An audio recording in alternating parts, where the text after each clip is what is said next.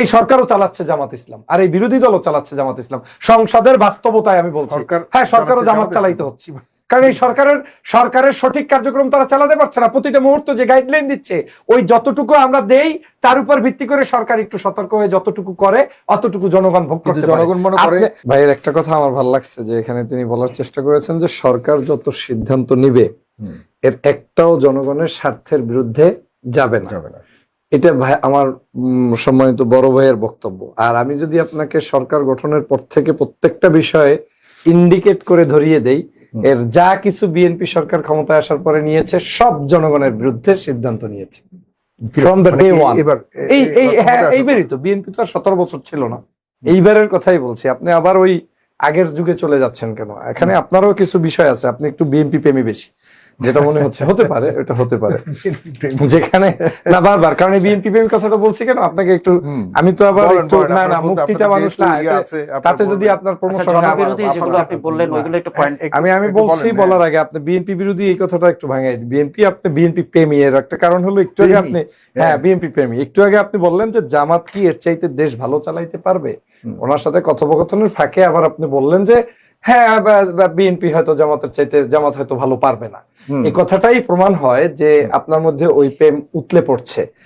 BNP চাইতে জামাত ভালো পারবে কি পারবে না, বিএনপির চাইতে জামাত ভালো রাষ্ট্র চালাইতে পারবে কি পারবে না এর একটা প্রমাণ 2001 থেকে 4-এর রাষ্ট্র ক্ষমতা, মানে 6-এর আগ পর্যন্ত যে 4 দলীয় জোট ছিল, সেই জোট সরকারের 2 জন মন্ত্রণালয়ের মন্ত্রী ছিল জামাতের। তারা বিএনপির সকল নেতার চাইতে তাদের কৃষি, তাদের সমাজ কল্যাণ, কৃষি যেটাই তাদের দেওয়া হয়েছে, তাদের সকল নেতার চাইতে ওই 2 জন মন্ত্রী ভালো পারফর্ম করেছে।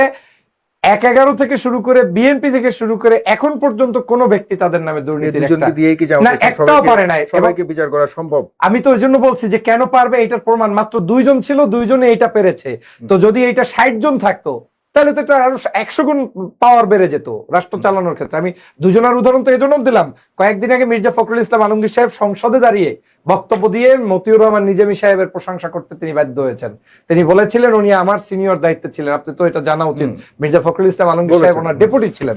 তো সেই কৃষি মন্ত্রণালয়ের, সেই সময়ের কৃষি মন্ত্রণালয়টা যে মতিউর রহমান নিজামী সাহেব কিভাবে চালিয়েছেন সেটা থেকে শেখার আছে, সেটা তো বিএনপি প্রুফ করে দিয়েছে। এখন যে সমস্যাটা হয়, সমস্যা হয়েছে কি 5ই আগস্টের পরেও আপনারা সেই বস্তা পচা রাজনীতিতে আছেন বিধায় আপনাদের কনফিডেন্সটা জামাতের উপর নাই, তরুণদের উপর নাই। আরে 16 বছরে আমরা যা পারি নাই, স্কুল কলেজের শিক্ষার্থীরা তা পেরে দেখিয়েছে। তারপরে গত 6 মাসে জামাত ইসলামী শুধুমাত্র এই বিএনপি সমালোচনা করা ছাড়া আর দায়িত্বশীল কি বাংলাদেশে এখন পর্যন্ত দায়িত্বশীল বিরোধী দল জোট থেকে থাকে, যাদেরকে সরকারও চালাইতে হয় বিরোধী দলও চালাইতে হয়, ওইটার নাম জামাত ইসলাম। কিভাবে চালাইছে? এই সরকারও চালাচ্ছে জামাত ইসলাম, আর এই বিরোধী দলও চালাচ্ছে জামাত ইসলাম। সংসদের বাস্তবতায় আমি বলছি, হ্যাঁ সরকারও জামাত চালাইতে হচ্ছে, কারণ এই সরকারের সঠিক কার্যক্রম তারা চালাতে পারছে না। প্রতিটা মুহূর্ত যে গাইডলাইন দিচ্ছে, ওই যতটুকু আমরা দেই তার উপর ভিত্তি করে সরকার একটু সতর্ক হয়ে যতটুকু করে অতটুকু জনগণ ভোগ করতে পারে। জনগণ মনে করে কেন আমি বলছি, জনগণ মনে করে যে এখন আমরা এই 6 মাসের প্রান্তে এসে যখন সরকারের সমালোচনা করছি, সরকারের ব্যর্থতার সমালোচনা করছি, এই সকল ব্যর্থতার বড় ধরনের অংশীদার জামাত ইসলাম। না, বড় ধরনের অংশীদার কোত্থেকে? কারণ বড় ধরনের প্রধান বিরোধী দল হিসেবে জামাত ইসলাম সঠিকভাবে প্রধান বিরোধী বাংলাদেশের ইতিহাসে এই কত প্রধানমন্ত্রী এবং আপনি বিরোধী দলীয় নেতা পেলেন যারা একে অপরের সাথে সংসদে ভালো বিহেভ করেছে। এটা কিন্তু প্রধানমন্ত্রীকে আপনি ক্রেডিট দিবেন। কিন্তু বিরোধী দলীয় নেতা জামাত ইসলামের ইফতার পার্টিতে জামাত ইসলামের প্রধান অতিথি না রেখে বাংলাদেশের প্রধানমন্ত্রীকে প্রধান অতিথি রাখে বিগত পারলে 54 বছরের একটা বিরোধী দল এবং সরকারি দলের ইফতারের একটা নজির দেখান। সংসদে দাঁড়িয়ে মাননীয় প্রধানমন্ত্রীকে আহ্বান করে ডাক্তার শফিকুর রহমান সাহেব বলেছেন যে আপনার তৈল সংকট, আমরা আপনার কমিটিতে থেকে আপনার সহযোগিতা করতে চাই। যেদিন সেটা সহযোগিতা করতে পেরেছে, কমিটি করতে পেরেছে, তারপরে সেই তৈল সংকটের সমাধানের জন্য তারা সর্বোচ্চ চেষ্টা করেছে। এই যে পজিটিভ রাজনীতিগুলো, আমরা তো সংস্কারের কথা বলে রাষ্ট্র ক্ষমতায় এসেছি, মানে বিরোধী দলে এখন বসেছে একদল আর একদল বসেছে সরকারি দলে, তাই তো? তো সংস্কারের পক্ষে ছিল বিএনপি, সেই বিএনপি সংসদে প্রথম দাঁড়িয়েই তো সংস্কারের বিরুদ্ধে কথা বলল। তাদের বললো কি, আমি এটা বারবার বলতে হয়, কেন বলতে হয়? যতদিন সংস্কার না হবে ততদিন আমি বলতেই থাকবো। আমাদের সালাউদ্দিন সাহেব দাঁড়িয়ে বললেন যে যা কিছু পূর্বে আলোচনা হয়েছে গত 19 মাসে এই সবকিছু হয়েছে শুধু নির্বাচনকে কেন্দ্র করে, দ্রুত নির্বাচন করব। আসলে আমরা এগুলোর সাথে কোনো কিছুর সাথে একমত নই। অন্য আরেকজন রবি সাহেব দাঁড়িয়ে বললেন যে বাংলাদেশের যে ট্যাক্স টোক্স এগুলা আমরা মানে কি বলে মৌকুব করব, সেই মৌকুবটা আসলে করব না, এটা নির্বাচনকালীন একটা অদা ছিল। এই যে মিথ্যার একটা প্রচলন তারা শুরু করেছে। আমি যেটা বলতেছি যে সরকার যে কোনো ভাবেই স্বার্থসিদ্ধ কাজ, জনগণের স্বার্থের জন্য কাজ করতে পারে নাই, তারা ব্যর্থ হয়েছে। কেন? সংস্কার তারা করে নাই। সচিবালয় আলাদা ছিল বিচার বিভাগের জন্য, সেইটাকে সম্পূর্ণ আবার তারা কামব্যাক করিয়ে সেন্ট্রালে নিয়ে গিয়েছে। তাহলে সংস্কার কোথায় হলো বিচার বিভাগের? বাংলাদেশের প্রধানমন্ত্রী, প্রেসিডেন্টের ক্ষমতার ভারসাম্য নাই। আজকের এই যে নির্বাচন হবে, প্রেসিডেন্ট নির্বাচন, আপনি নিশ্চয়ই জানেন যে এই প্রেসিডেন্ট নির্বাচনে একজন সংসদ সদস্য স্বাধীনভাবে যে কোনো ক্যান্ডিডেটকে ভোট দেওয়া, এটা হলো সংস্কারের অংশ। 70 অনুচ্ছেদ সংস্কার হবে, সেখানে আমার বক্তব্য থাকবে 300 পার্লামেন্টেরিয়ান যদি থাকে বা 400 থাকে, এই 400 লোক যাকে খুশি তাকে ভোট দেবে, তাতে তার পার্লামেন্টারিয়ানশিপ বাতিল হবে না। কিন্তু 70 অনুচ্ছেদ অনুযায়ী আজকের চোখের সামনে বিএনপির আমলে প্রেসিডেন্ট নির্বাচিত হচ্ছে। কেন তুমি 6 মাস ঘোড়ার ঘাস কাটলা? তুমি গত 6 মাসে এই 70 অনুচ্ছেদ পরিবর্তন করে সংস্কার করে আজকের নির্বাচনটা হতো, বাংলাদেশের জনগণ দেখতো যে না, প্রেসিডেন্ট নির্বাচন স্বাধীন মতো হয়েছে, 2 জন প্রার্থী দাঁড়িয়েছে, বিএনপিরও অনেক হয়তো পার্লামেন্ট মেম্বার তার অপোজিশন কোন প্রার্থীকে পছন্দ হলে তাকে ভোট দিত। তাতে কি দেশ শেষ হয়ে যেত? ক্ষমতা শেষ হয়ে যেত? ওই সংস্কারই তো আমরা চেয়েছি, পারেন নাই, চোখের সামনে দেখিয়ে দিলাম। আপনি সেটা করেন নাই, বিচার বিভাগের সংস্কার করেন নাই, প্রধানমন্ত্রী প্রেসিডেন্টের ক্ষমতার ভারসাম্য সেটা করেন নাই, প্রেসিডেন্ট প্রধানমন্ত্রী যে হবে তিনি একই সাথে দলীয় প্রধান হতে পারবে না, এটা ছিল আমাদের সংস্কারের দাবি, সেটা আপনি করেন নাই। পিআর পদ্ধতিতে উচ্চকক্ষ নিম্নকক্ষ এখন পর্যন্ত করেন নাই। করছেন কি? ভাবিকে সহ সুন্দর করে আপনি একটু সংসদ ভবন প্লাজা থেকে গাড়িতে ঘুরছেন, ভালো কথা, সুন্দর।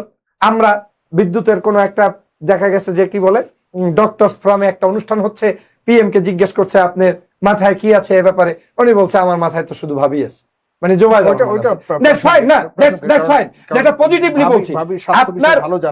আপনার ভাবিকে ভালোবাসার না, এইটাই তো সমস্যা। আপনাদের সমস্যাটা কোথায় সাগর ভাই? আপনাদের সাগর ভাই সাগর ভাই আপনাদের সমস্যা কোথায় জানেন? আপনাদের মিডিয়াগুলোর সমস্যা একটাই, সেটা হচ্ছে আপনারা যেটা আসল সমস্যা সেটার সময় জোর গলায় কথা বলেন না। আমার এখন আসল সমস্যা বাংলাদেশে কি? আপনি আসল সমস্যা বাংলাদেশে আমি এতগুলো পয়েন্ট আউট করলাম। আপনি একজন জুলাই যোদ্ধা ছিলেন, বাংলাদেশের যতগুলো মিডিয়া সব ছিল অলমোস্ট বেশিরভাগ মিডিয়া দালালি করেছে আওয়ামী লীগের, কিন্তু আপনি বিদেশে বসে কথা বলেছেন, কাজ করেছেন। কি জন্য কাজ করেছেন সেই একটা নজির আমাকে দেখান 6 মাসের, যে এই জন্য করেছি, ওইটা আমি পেয়েছি।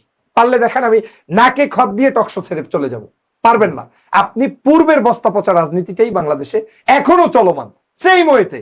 আমার এই যেমন দলীয় কোটায় নিয়োগ চলবে, দলীয় কোটায় হচ্ছে, সমস্ত প্রশাসক গুলো দলীয় কোটায় হচ্ছে। আপনার যদি প্রশাসনকে গতিশীল করার জন্য প্রয়োজনীয় হতো, প্রয়োজনে সরকারি কর্মকর্তা সেখানে দায়িত্ব দিতেন।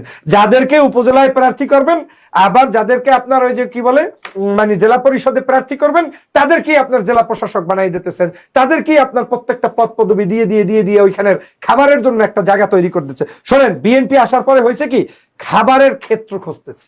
যেমন প্রথম তো 19 মাস ইউনূস সাহেবের আমলে চান্দা টান্দা দিয়া যা পারছে খাইছে চলছে, ওই 19 মাস তো শেষ।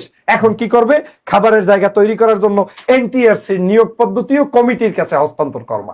তার মানে কমিটির সভাপতি বিএনপির আমলা, বিএনপির কামলা, কিংবা বিএনপির একজন বড় দায়িত্বশীল ওই ব্যক্তির কথা অনুযায়ী নিয়োগ করতে গিয়া 5 লাখ দাও 10 লাখ দাও, আমরা ভাগযোগ করে খাবো। এনটিআরসির সেই সুফল আজকের নিয়োগ পদ্ধতিতে পর্যন্ত বিএনপি হস্তক্ষেপ করছে। আর আপনি বলছেন বাংলাদেশে বিএনপি খুব ভালো সংসদ চালাইতেছে, দেশ ভালো চালাইতেছে। কিসের দেশ ভালো চালাইতেছে? আমরা এই ধরনের শেখ হাসিনার স্টাইলের ফ্রেমের রাজনীতি চাই না। শেখ হাসিনাও ওই রকম বিভিন্ন ওই কাতান শাড়ি পরে পরে ঘুরতেন আর বিভিন্ন জায়গায় তার বাপদাদার গল্প শোনাইতেন। এই বাপদাদার গল্প তো 24-এর গণ অভ্যুত্থানের পরে স্পষ্ট কাটা হয়ে গিয়েছে।